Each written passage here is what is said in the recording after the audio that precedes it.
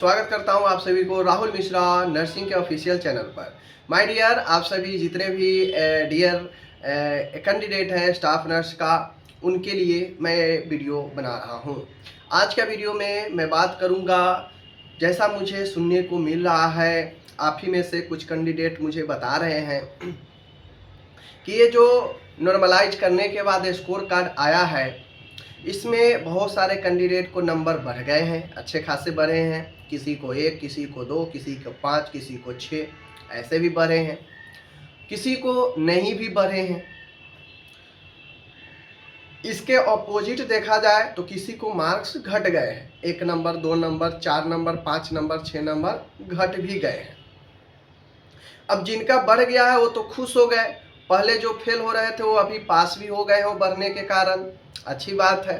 वो खुश भी हो रहे हैं कि जिनका कम मार्क्स था उनका बढ़ गया है 2, 4, 5 नंबर, तो खुश होंगे कि ये जो बढ़ा है ये हमारे लिए बेनिफिट है। लेकिन वहीं दूसरी तरफ अपोजिट देखा जाए तो जिनके पहले मार्क्स ठीक ठाक थे उनके 5 नंबर 6 नंबर घट गए हैं, तो दुखी है। अब दुखी इसलिए है, मान गए किसी को अगर 45 था उनको घटकर 42 हो गया, उनको घटकर 41 हो गया। किन्हीं का अगर 48 था घट के जो है उनका 43 हो गया, 44 हो गया। तो उनके लिए तो ये थोड़ा सा निगेटिव पॉइंट ही है कि अगर वो 1-2 नंबर से छटेंगे तो कहीं ना कहीं उनका एक किस्मत, यही किस्मत होता है। अब बहुत लोग कह रहे हैं कि और लोग जो है ऑब्जेक्शन डाल रहे हैं ऑनलाइन इसको लेकर कि जो लोग नंबर कम गए हैं, जो लोग जो है नंबर कम गए हैं, वो लोग जो है ईमेल कर रहे हैं, ठीक है, ईमेल कर रहे हैं। तो आपको पता है मैं हमेशा से जो फैक्ट बात होता है, जो सही बात होता है, मैं वो बताने का प्रयास करता हूँ। फिर भी कुछ लोगों को दिक्कत लगती है क्योंकि उनको सच्चाई से कोई लेना देना होता नहीं है, बस आकर निकल जाना है बोलकर।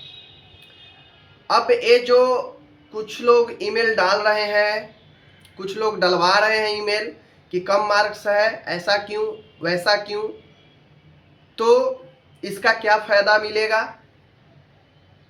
और जो कम मार्क्स हुए हैं किस बेस पर हुए हैं? क्या सिर्फ बीटीएससी में ही मार्क्स कम गए हैं या अदर एग्जाम में भी ऐसा होता है?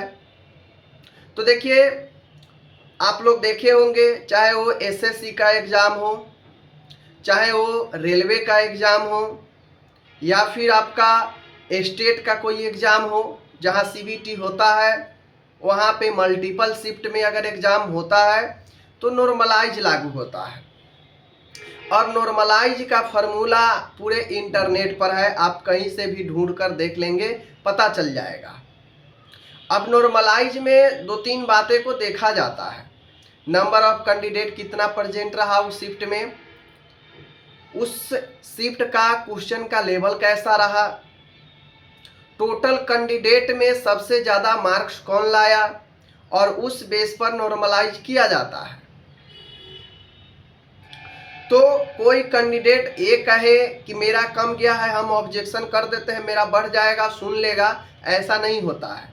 यह पूरे थियोरिकल प्रोसेस होता है।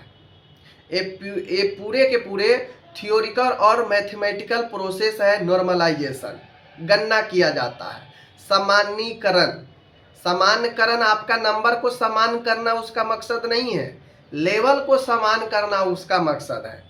और उस लेवल को समान करने में अगर आपका नंबर कम गया तो इसमें जो एग्ज़ाम कंडक्ट करा रही एजेंसी है उसकी कोई रिस्पॉन्सिबिलिटी नहीं है, क्योंकि वो एक फार्मूला लगा दिया, प्रोग्रामिंग में सेट कर देता है। टेक्निकल बातें हैं, क्योंकि सॉफ्टवेयर में सारा स्कोर का नॉर्मलाइजेशन होता है। वो फार्मूला लगा दिया, प्रोग्रामिंग कर दिया।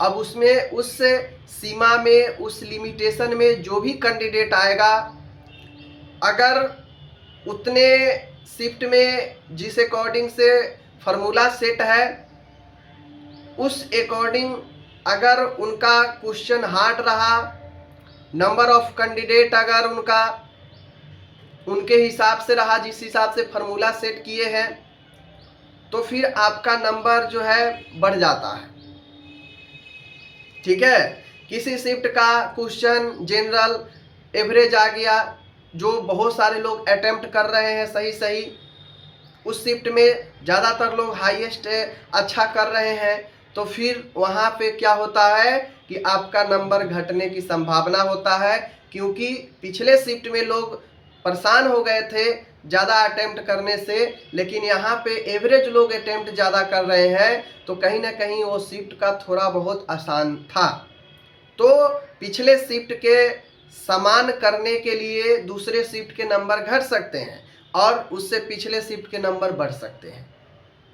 तो जो ये लोग बोलते हैं कि ऐसा हो जाएगा, ऑब्जेक्शन कर रहे हैं कुछ होगा, तो कुछ नहीं होगा।